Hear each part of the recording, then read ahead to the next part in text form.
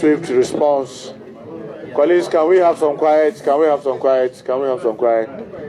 We thank you sincerely for the swift response, and we thank you very much for coming in your numbers to cover this press conference after the terrible mess and playing with emotions and playing with our rules and democracy when people cannot even swallow their ego, but just try to play with our democracy. We are here to address you after the what we all saw, kind of kangaroo parliament they are trying to create. This will be addressed by no other person but our great leader, the minority leader.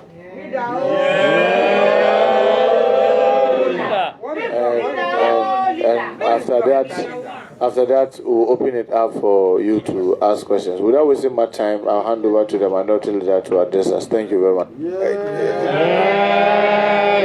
Thank you very much. Honorable Whip, colleagues in leadership, and very distinguished ladies and gentlemen, colleague MPs, today will pass in history as a dark day for Ghana's constitutional parliamentary democratic practice. And a dark day because those seeking to govern are seeking to approbate and reprobate at the same time. As a popular maxim of equity, which states that he who seeks equity must do equity, and he who comes to equity must come with clean hands. Today, I intend to address three fundamental issues. One, to explain why the minority were not in the chamber, because as far as practicable, we on Friday rejected the 2022 budget, which is reflected in the votes and proceedings.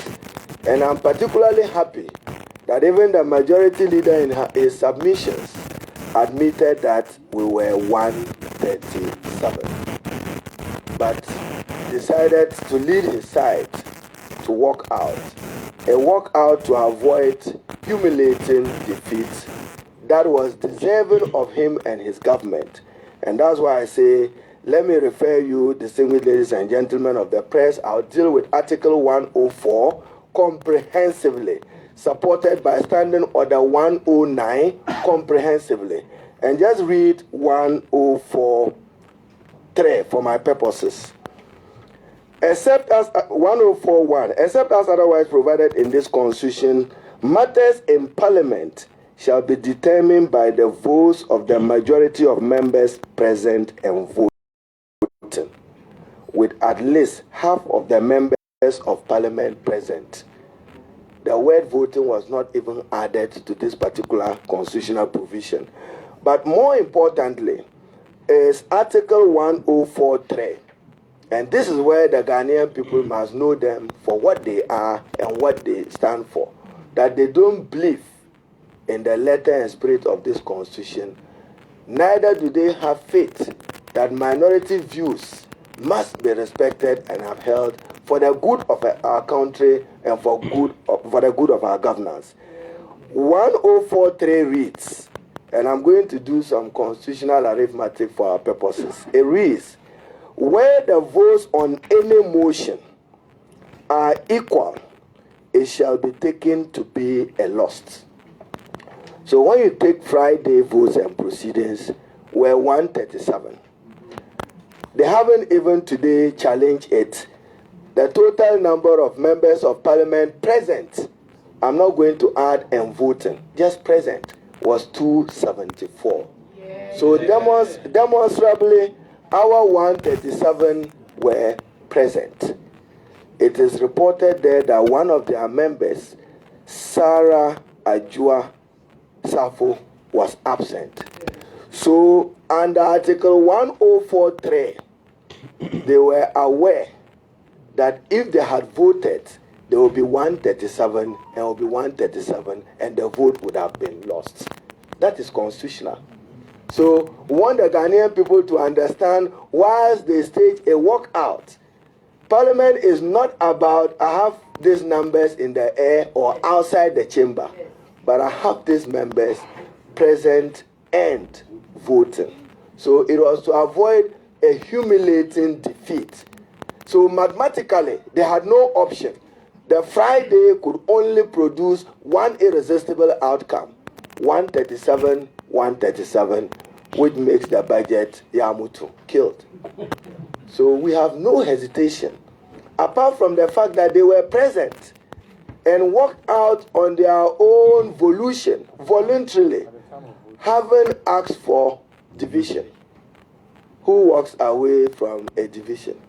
When you ask for it, you stay to be counted. But because they knew that it would produce equality of vote, which meant that the budget was defeated, they sought to walk out. Now they say they respect the Constitution, and they say they respect the standing orders of Parliament. Today, I'm particularly disappointed in the conduct of the first Deputy Speaker. Having to include himself and to exercise a vote in order to meet their mandatory defined 138 without recourse or respect to our standing orders and to the 1992 Constitution. Let him be reminded, and I quote, Standing Order 109, voting in the House. If you want, I'll read it in full.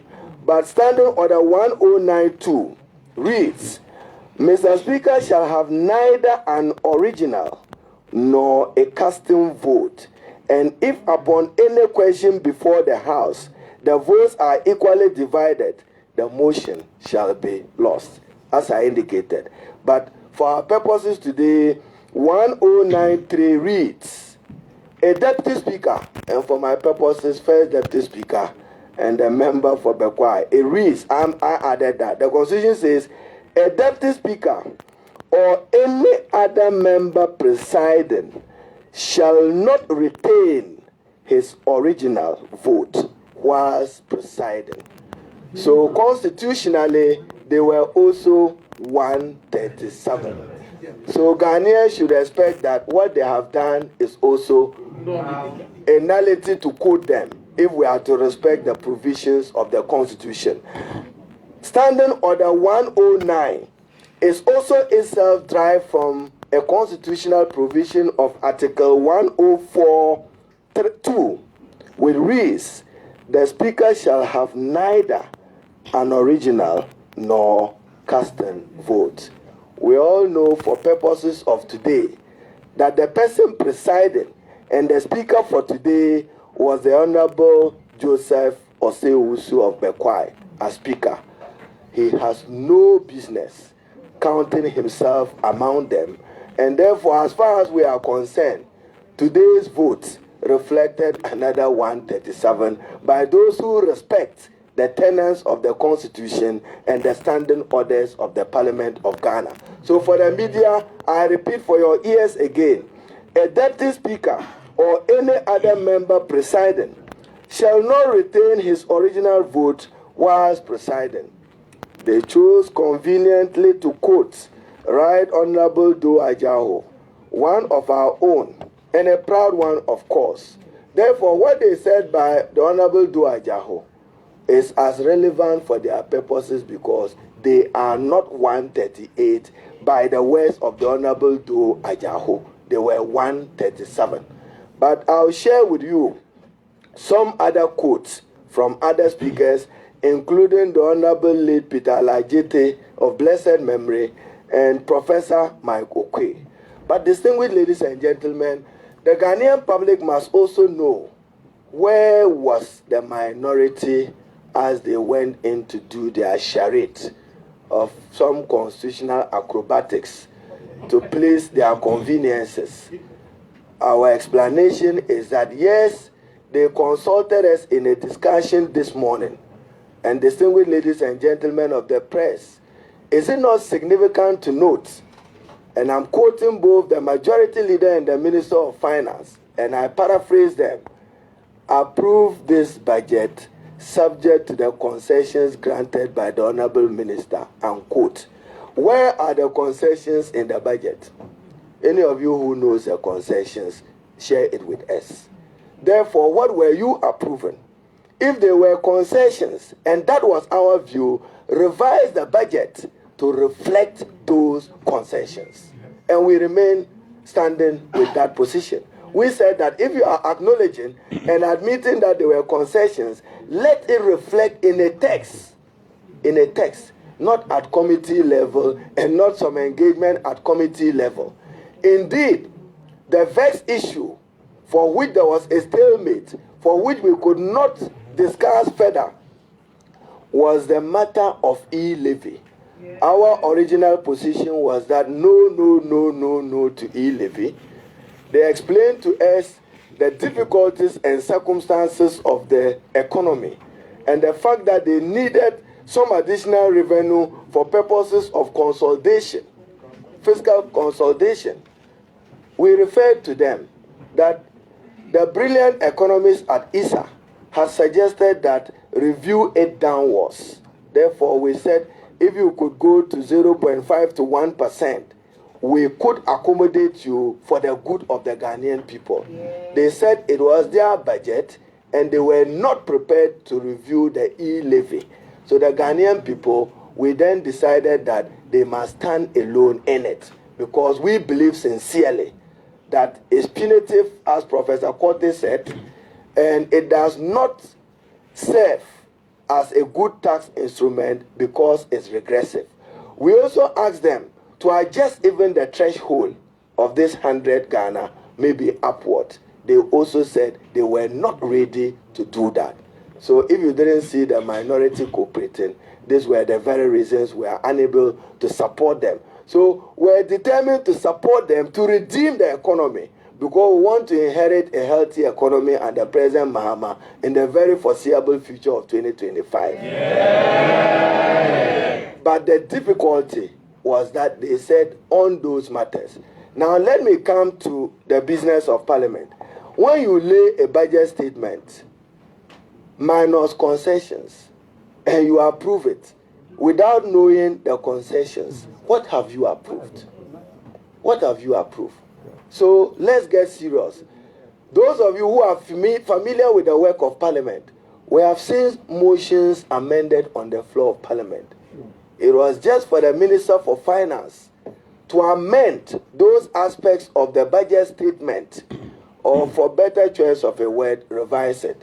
For instance, on Acre Energy, we clearly drew their attention that your rendition does not reflect the resolution which were passed by Parliament.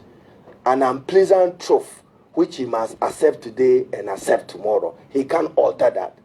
So if you don't change it in the budget statement, where else are you going to change it? Which committee are you going to change it? We said EJAPA. We will not support EJAPA today. We will not support it tomorrow because this Minister of Finance have collateralized every opportunity and revenue in order that he can endanger the future for an incoming political administration led by John Dramani Mahama and the NDC. Ghana Exim securitized, Get Fund collateralized, ESLA extended by 9 years when the sunset was supposed to be for 5 years. Therefore, we simply said, don't collateralize our mineral resources. Because even without collateralization, you earn $130 million every other year. So, live with that. So, ladies and gentlemen of the press, we will address a full-scale press conference on all these issues. But we needed to let the Ghanaian people know where we stand.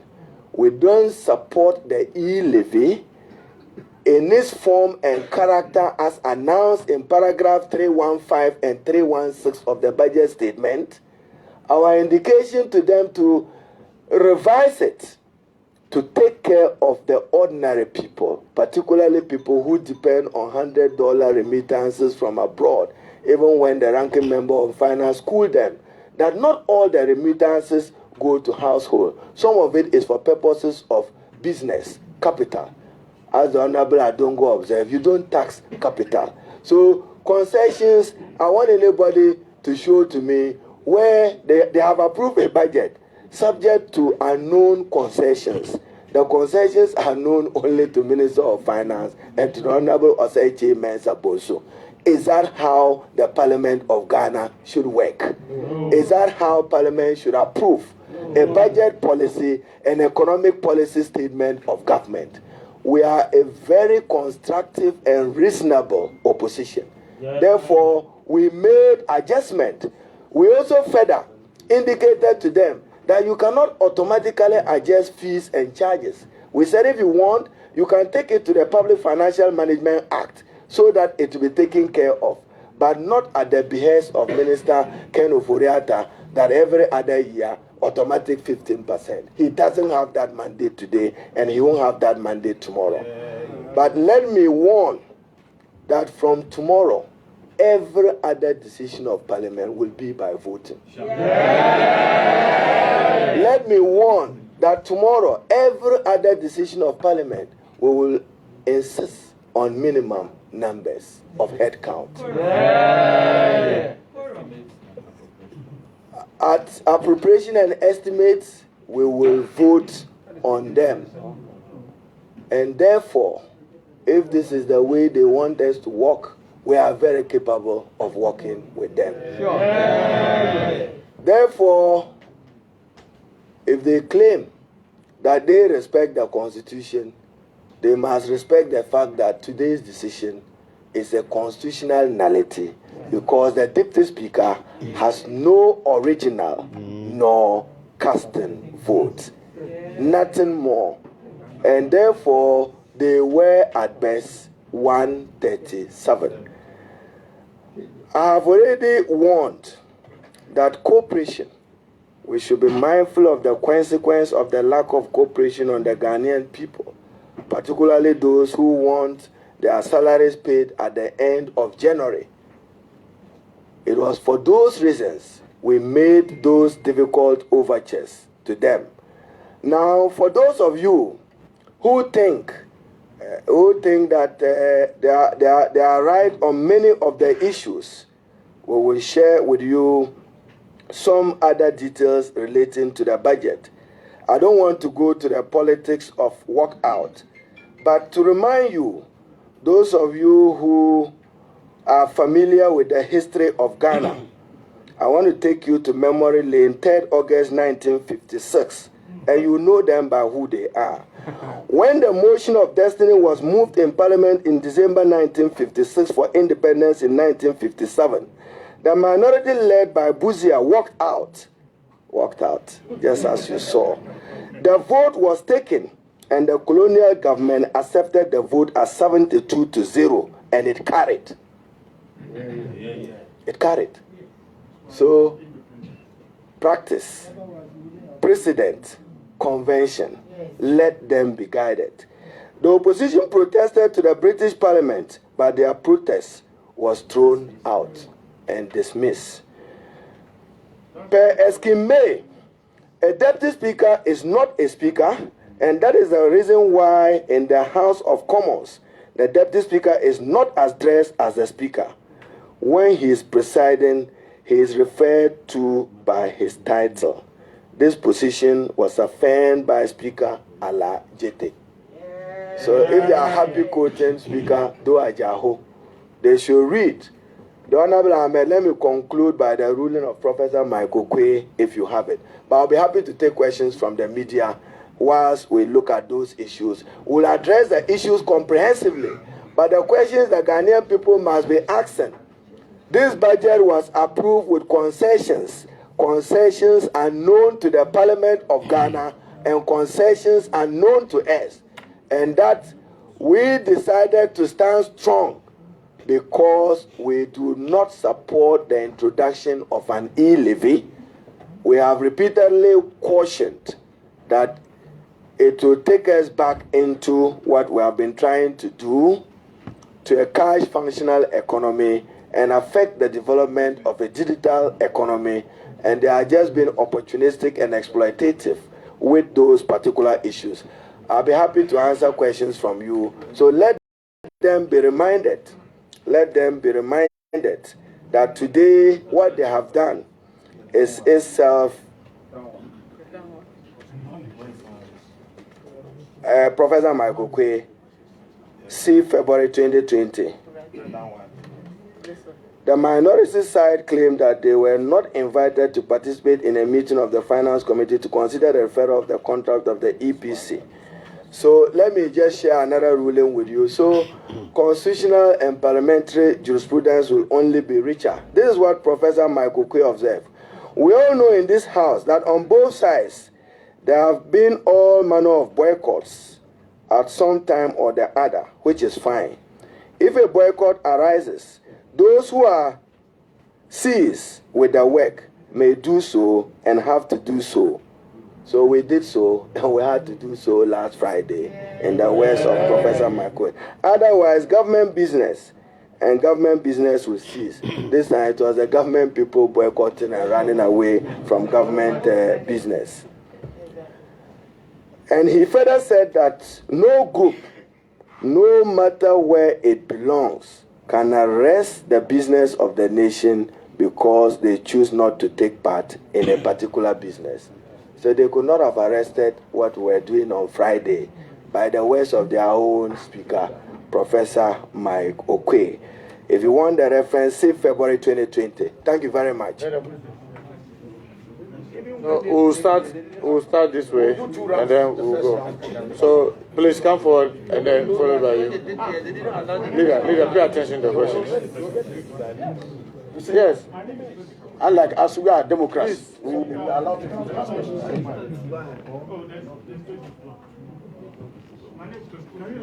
Can you come to the mic? Yeah, my name is Kosi Kumsen, editor of the Punch newspaper. When Speaker returns, do you intend to undo what they've done today? We want a functional country. We'll hear you. Leader, when the first deputy speaker was presiding, you talked about the original and cast-in vote.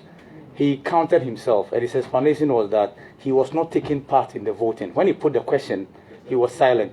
Is there any difference in that regard? And what does that mean for... If you're silent, less 137. Yes, so... If you're silent, less 137. Yes, what does that mean? In mean? any case, we have referred you to a standing order and the provisions of the Constitution that he had no business adding himself and counting himself.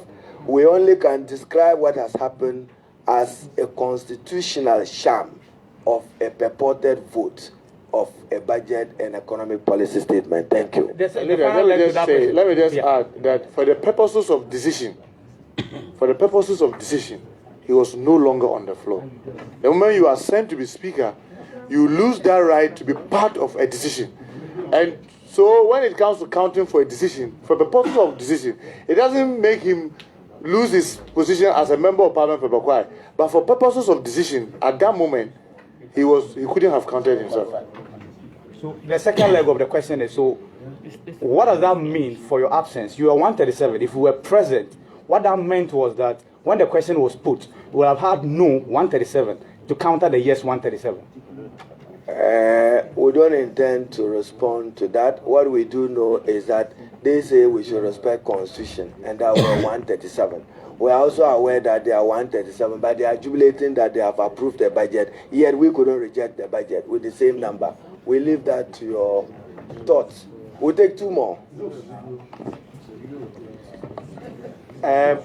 Dukes, may I know? That's not Komla is my name, yes. May I know if once you stayed out of the proceedings today, will you be part of the estimation and appropriations? We'll discuss it as a caucus tomorrow, but as I said, the indication is that cooperation has suffered and will suffer. Thank you.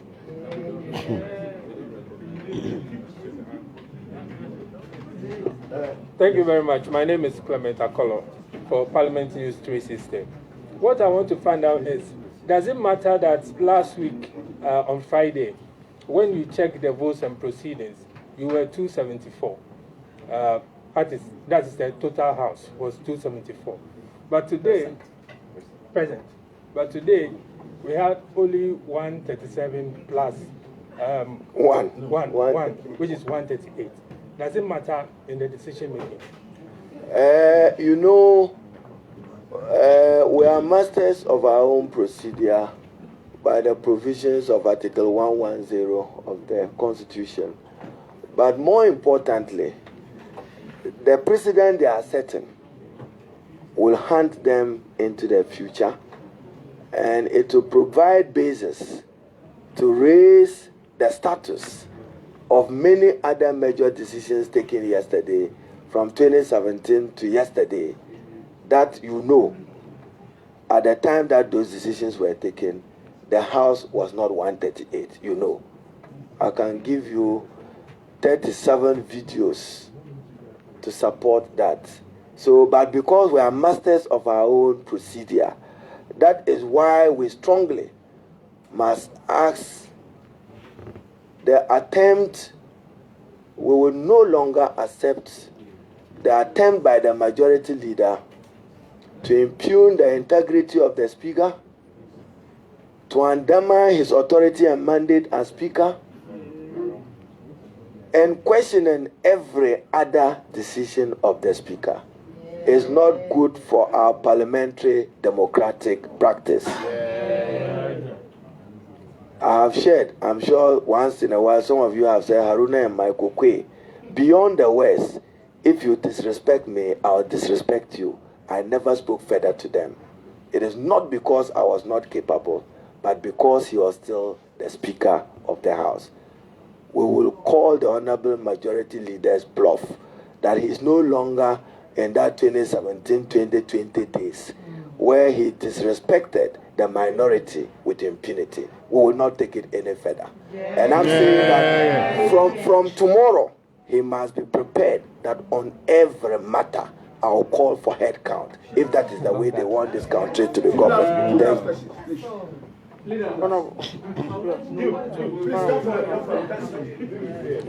just okay. My question is.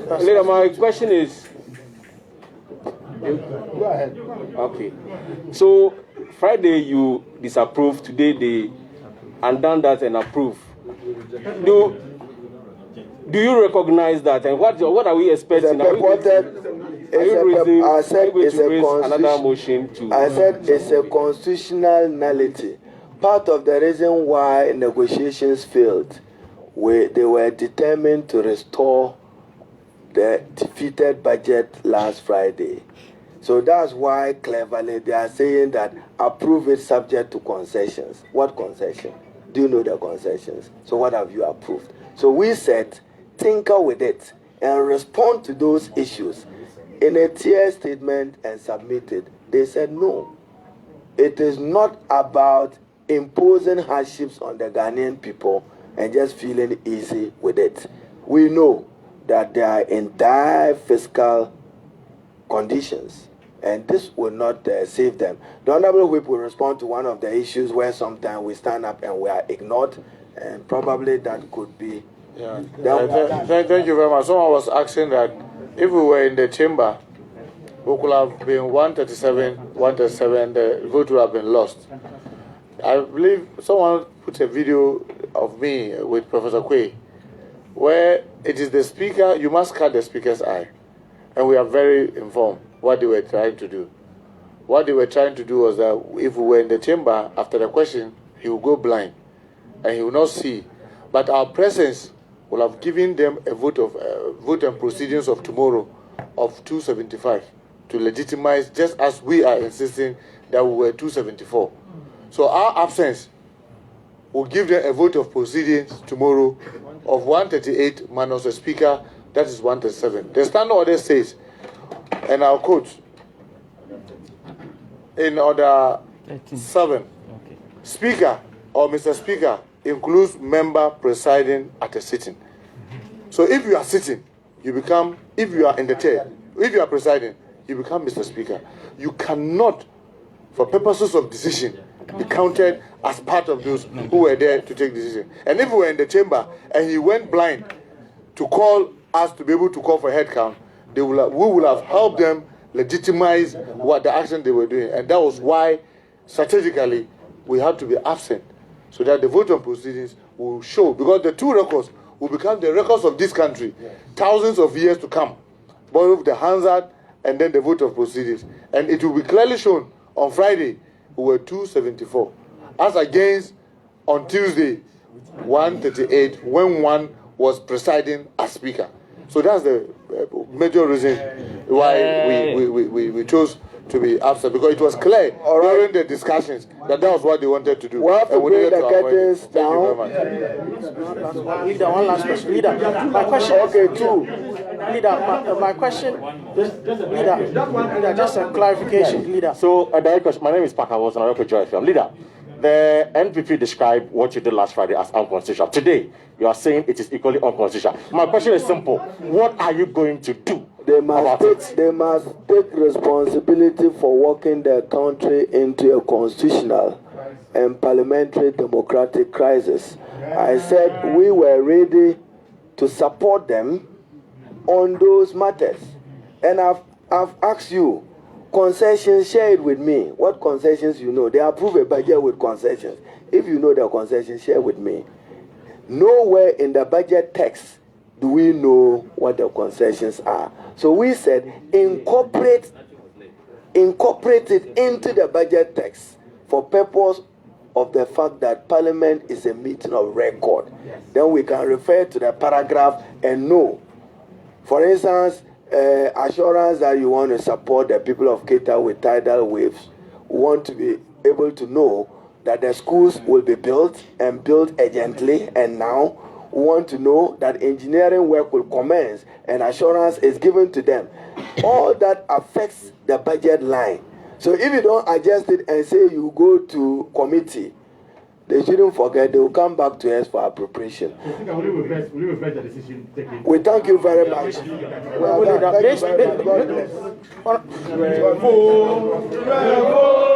Revolution has a long way to go, but has come to stay.